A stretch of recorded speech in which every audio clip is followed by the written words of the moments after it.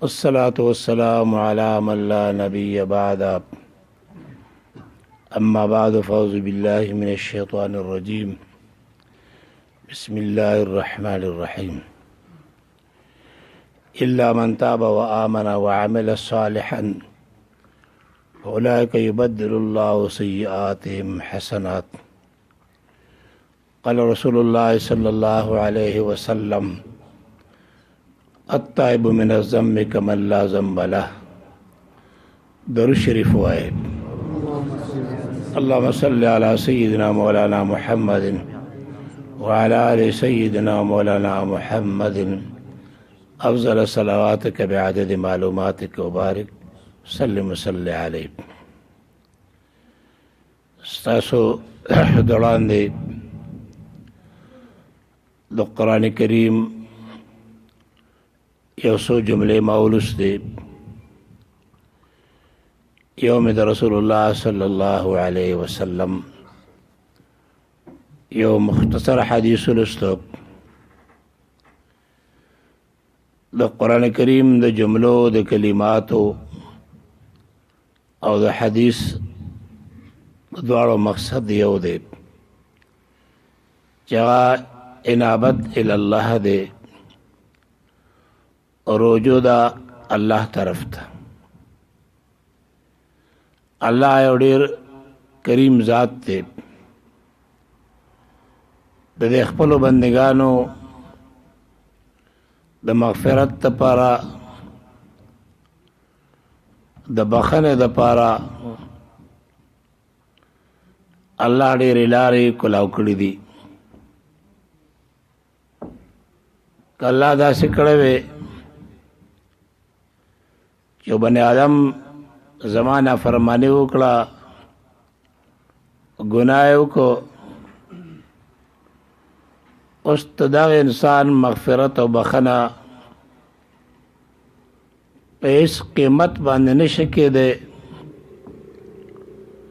نو الله باندې د چا زور نه و. والله کرم وکړو، احسان وکړو دا ګناهګارو مسلمانانو سره چې د ګناه نه پس هم الله دې انسان ته یو لار پرېښې ده، که دی په هغې لاره باندې الله ته روان شي، کم ګناه چې دنه شوی دی اب الله معاف کړي. الله پاک د مسلمان توبه باندې ډېر انتهایی خوشحالیږي. نبی کریم صلی الله علیه وسلم د الله د هغې خوشحالۍ یو مثال بیان کړی دی چې الله تعالی د یو مسلمان د ګناه نه پس د توبه باندې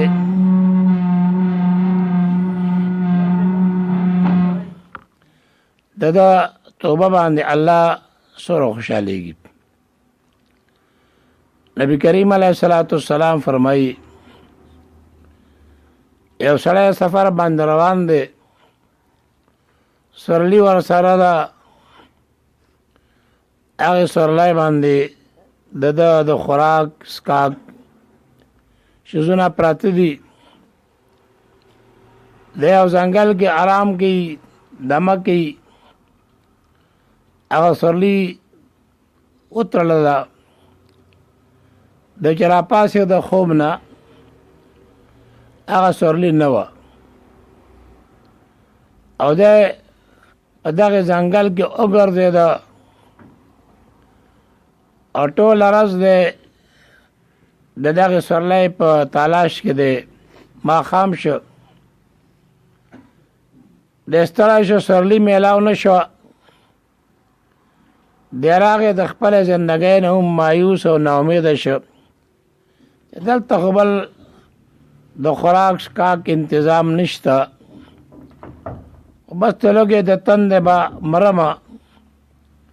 اکه دا کې بیا د سملاسته او خوب ول راغې چې کله د خوب نه پاسېده کتلې هغه سورلي د خوا کې ولاړه ده هغه اوبه هغه د خوراک شیزونه د هغې سورلۍ د پاسه پراته دي دا سړی ډېر زیات خوشحاله شو او د ډېرې خوشحالۍ د وجې نه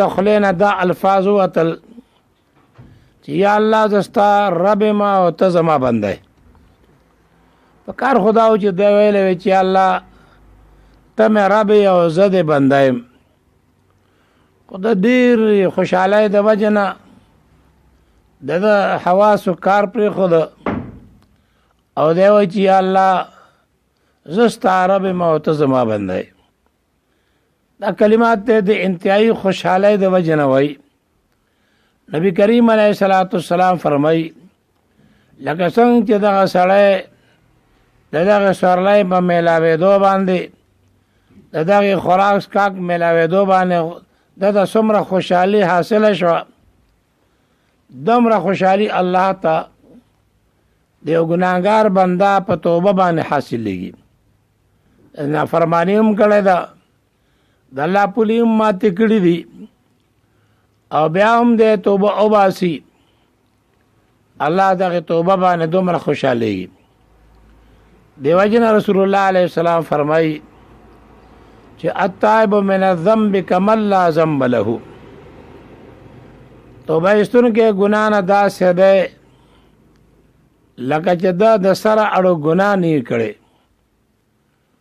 الله فرمایي چې الا من تاب وآمن وعمل صالحا فاولئک یبدل الله سیئاتهم حسنات مگر هغه څوک چې د ګناه نه توبه وباسي ایمان راوړي اعمال صالحه کوي نو صرف معافي نه ده چې الله به ته دا ګناه معاف کړي بلکې الله به د دې انسان هغه سیئات د هغه ګناهونه اب الله په نیکو باندې بدل کړي دا د خدای څومره رحمت دی یو سړی جرم وکړي حاکم وقت خالی معاف کی او د معافی سره هغه یو سیوا انعام ورکړي دا بل احسان وي الله پاک ګناه معاف کی او بیا هغه ګناه هغه سیئات الله په حسناتو باندې بدلی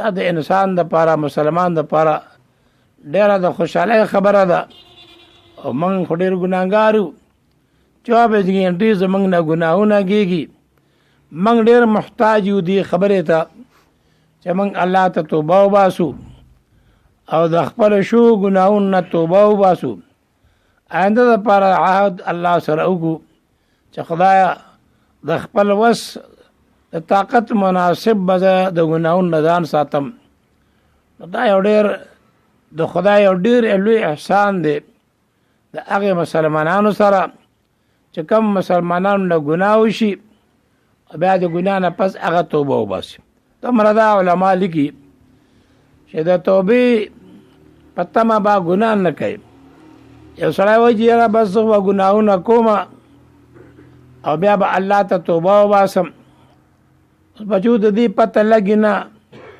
چې د ګناه نه پس سړي ته توبې توفیق میلاویږي که نه میلاویږي چې کله ګناه وکړي هغې نه پس انسان ته د توبې توفیق ملاویږي که نه ملاویږي بیا دغه توبه الله قبلی که نه قبلی او بهر لحاظ که ګناه وشه دا یو علاج دی د هغې ګناه نه سړی فورا توبه وباسي او زموږ نه خو هر ټایم باندې په هر لحظه په هر قدم باندې په هر منټ باندې هم د شپې او د ورځې موږ نه ګناهونه کېږي والله ډېر کریم ذات دی چې سړی توبه وباسي آیا بزرگ فرمایی کرم هغه وایي ایدر گهی مادر گهی ناامید نیست ایدر گهی مادر گهی ناامید نیست توبه اگر 100 بار سکشتی باز آب وی زما الله وی زما دا دربار دا د ناامیده دربار نه دی